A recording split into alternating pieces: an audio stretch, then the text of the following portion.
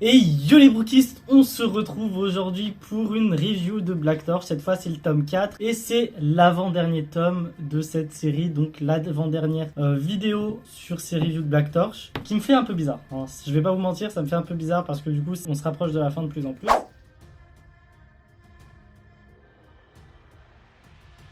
Et on va commencer tout de suite de quoi parle ce tome. On se retrouve justement là où on a quitté Rago, Jiro et Amagi, donc le moment où Amagi a proposé l'ultimatum à Rago, qui est tout simplement soit de quitter le Jiro de manière pacifique, de manière calme, soit, c'est simple, il va capturer Jiro et ça ne se passera pas de manière pacifique. On apprend que Koga est là avec Naruko, mais déjà qu'est-ce que Koga fait là? Pourquoi il est là? J'en sais rien. Après j'ai envie de te dire, là où il y a Amagi, il est là, je sais pas pourquoi. Et d'après eux, il suffirait en fait de mettre assez de pouvoir spectral pour retirer Rago. Donc a priori ce serait aussi simple que ça. On nous laisse là et on va voir la Black Torch, le reste de la Black Torch. Donc on va voir Ishika qui a l'air d'aller super bien. On va voir Reiji qui est quand même inconscient mais qui a l'air de bien aller. Sa blessure n'a pas l'air d'être très grave. On est aussi également du coup avec les autres Mitsu qui appellent directement des renforts de la première section qu'on appelle les costumes noirs, et ces costumes noirs ont l'air d'être des membres d'élite de cette première section. Donc je pense qu'il y a une hiérarchie également au sein d'une section. Et on retourne après, c'est un bordel. Et on retourne à l'extraction de Rago de Jiro.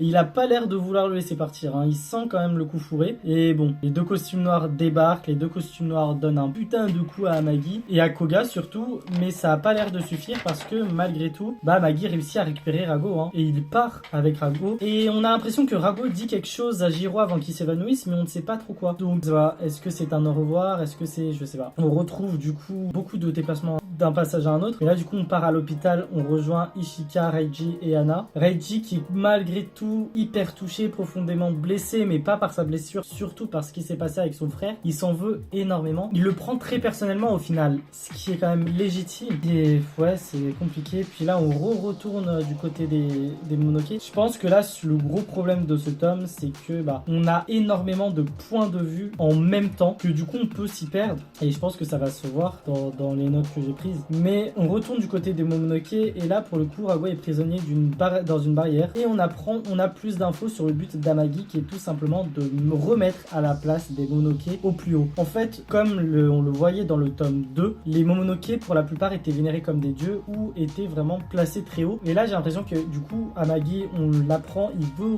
restaurer cette hiérarchie entre Momonoke et humains. C'est legit de son point de vue, mais en même temps je me dis que est-ce que ça vaut vraiment le coup? Parce que du coup ça se lance dans une guerre de fous qui n'en vaut pas forcément la peine. Et on apprend justement que Amagi a déjà lancé une guerre par le passé, qu'il l'a perdue, et c'est pour ça qu'il a besoin d'un soldat entre guillemets Momonoke d'exception, de Momonoke au pouvoir de fou, et c'est pour ça qu'il cherche à récupérer Rago. Donc déjà là on a répondu à deux de nos questions. Pourquoi est-ce que Amagi fait tout ça et pourquoi est-ce qu'il a besoin de Rago? Ça n'a rien à voir par rapport au fait qu'ils sont amis à la base entre gros guillemets. D'ailleurs Rago n'a plus sa queue. Sa queue est toujours présente dans Jiro et on apprend que ça suffit pour garder l'intégralité des pouvoirs spectrales. Donc ce qui veut dire que malgré que Rago soit sorti de Jiro, l'intégralité de ses pouvoirs est en Jiro et c'est suffisant. C'est très malin certes, mais je pense que c'est pas sans conséquence. Et du coup on retourne auprès de Jiro. Encore une fois vraiment on a plusieurs points de vue, on a plusieurs machins et tout. Jiro est prisonnier de la première section et il a une machine bizarre. Je pense que c'est pour capter les pouvoirs un maximum de Rago et ça marche pas parce que Jiro quand même arrive à sortir de force. Donc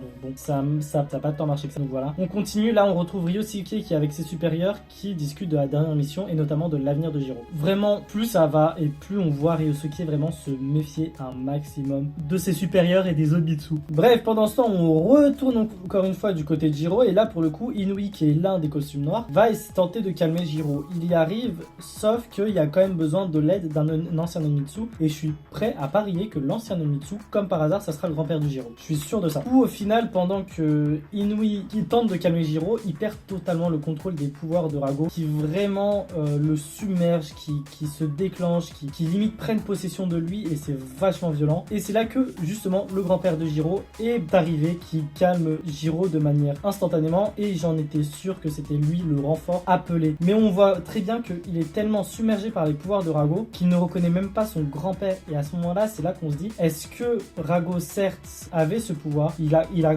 toujours ce pouvoir là actuellement Jiro, mais est-ce que c'est pas Rago qui justement contrôlait le pouvoir pour pas que ça parte en couille? Et c'est là que justement on revoit un petit peu après Jiro, une fois qu'il est totalement calmé, on voit qu'il en est conscient qu'il a perdu le contrôle total des pouvoirs de Rago, mais son grand-père n'empêche là pour le rassurer, comme il y a 10 ans, comme le ferait le rôle d'un grand-père. Et bah, on change encore d'endroit, hein. Ça va vraiment être ça tout le temps, hein. Vraiment c'est horrible à suivre. Mais du coup là on revoit Ishika qui s'inquiète énormément de son utilité, puisque je ne vois pas le lieu d'être parce que c'est la seule qui a réussi à accomplir de manière totale sa mission, qui a réussi à capturer un des ennemis et à sauver la population. Mais bon, elle s'inquiète de son utilité et c'est tout à son honneur. Mais du coup elle a pour mission d'aller interroger Roren, qui est lui emprisonné dans un département de la police qui appartient aux Zenmitsu, hein, puisque la police intégrale ne lui appartient, même s'ils ont un contrôle total. Mais ouais, c'est un maître des illusions, hein. Il a totalement fait croire qu'il s'est fait capturer, qu'il est menotté, etc. Mais au final, pas du tout. Et il ne voulait voir Kishika discuter avec elle parce qu'il est tombé in love,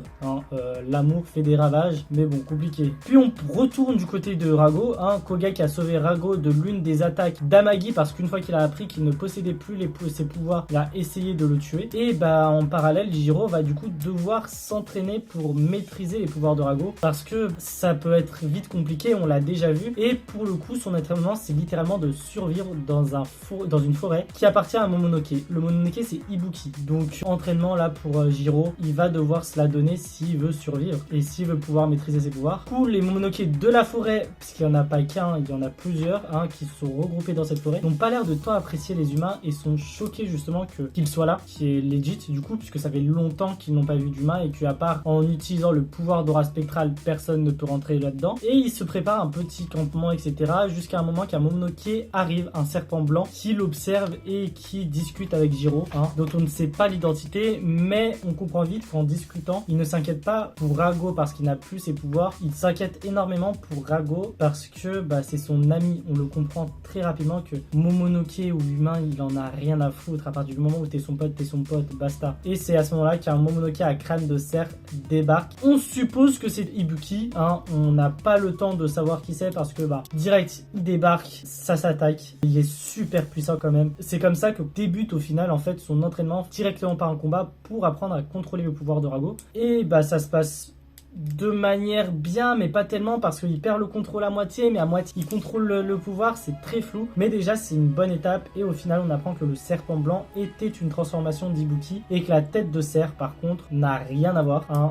C'était le mari d'Ibuki qui est Manjumaru. Et grosse révélation pour le coup, c'est un ancien humain devenu Momonoke. Alors ça je me suis posé la question et on a très vite la réponse, parce que en fait Manjumaru était un ancien Nonmitsu qui devait capturer Ibuki à la base et il voulait se battre contre elle de manière répétitive jusqu'à qu'il gagne au final, jusqu'à que la victoire lui revient. Sauf que bah au fil des années il tombe amoureux, etc.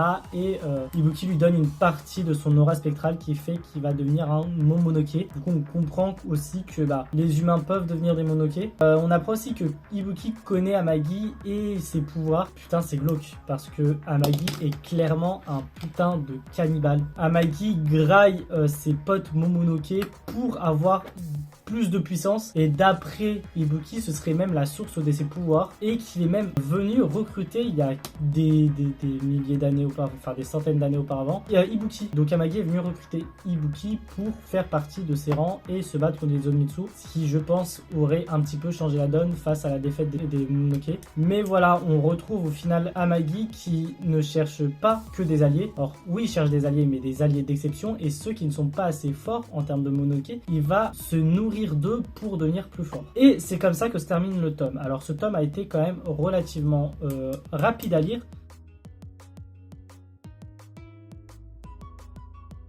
Conclusion du tome 4. Comment expliquer ça? Je suis très inquiet parce que là, en termes de rythme de lecture, c'était un peu le bordel. Le rythme était bordélique. On passait d'une situation A à une situation B à une situation C de manière très rapide et en même temps, fallait suivre. Donc, c'était très compliqué à suivre. Mais malgré tout, ça avance. On voit que là, on est vraiment sur le point culminant de la baston entre Momonoke et Onitsu, enfin plutôt Momonoke et humain. Et dans l'ensemble, l'ensemble, ça avance bien, mais vraiment sur la forme du manga, sur la forme de ce tome, c'est tellement bordélique que c'est compliqué de suivre, vraiment. En tout cas, avant de vous quitter, j'ai totalement oublié de vous montrer un petit peu l'illustration que je trouve magnifique du tome 4.